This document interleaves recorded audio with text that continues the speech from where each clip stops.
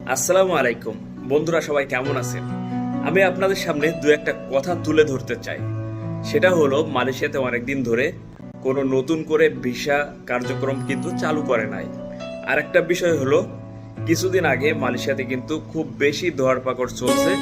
আর যখনই মালয়েশিয়াতে ধরপাকড় চলে, তার কিছুদিন পরে হয় কলিং ভিসা চালু করে, নয়তো মালয়েশিয়াতে নতুন করে ভিসা প্রতিক্রিয়া চালু করে, অবৈধদেরকে বৈধ হওয়ার সুযোগ দেয়।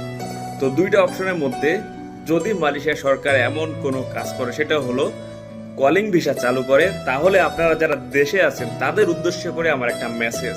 বর্তমান মালয়েশিয়াতে কিন্তু অনেক অনেক অনেক মানুষ কাজ ছাড়া বসে আছে। কাজ আছে, বেতন নাই।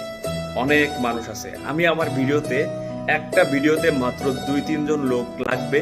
সেটার জন্য আমি একটা ভিডিও তৈরি করে বলেছিলাম, যদি কারোর পারমিট থাকে, বৈধ কাগজপত্র থাকে, আমার এখানে লোকজন দরকার, আপনারা যোগাযোগ করতে পারেন। আমার ইনবক্সে মিনিমাম সর্বনিম্ন 1000 মানুষ SMS দিয়েছে। আমাকে কেউ চেনে না, তারপরেও এত পরিমাণ মানুষে আমাকে নক দিয়েছে কাজের জন্য। সো আপনাদেরকে আমি বলছি, যারা এখনো দেশে আছেন, দেশের মধ্যে ভালো কিছু করার চেষ্টা করুন। সেটা যদি না পারেন, অন্য কোনো কান্ট্রিতে যোগাযোগ করে যেতে পারেন।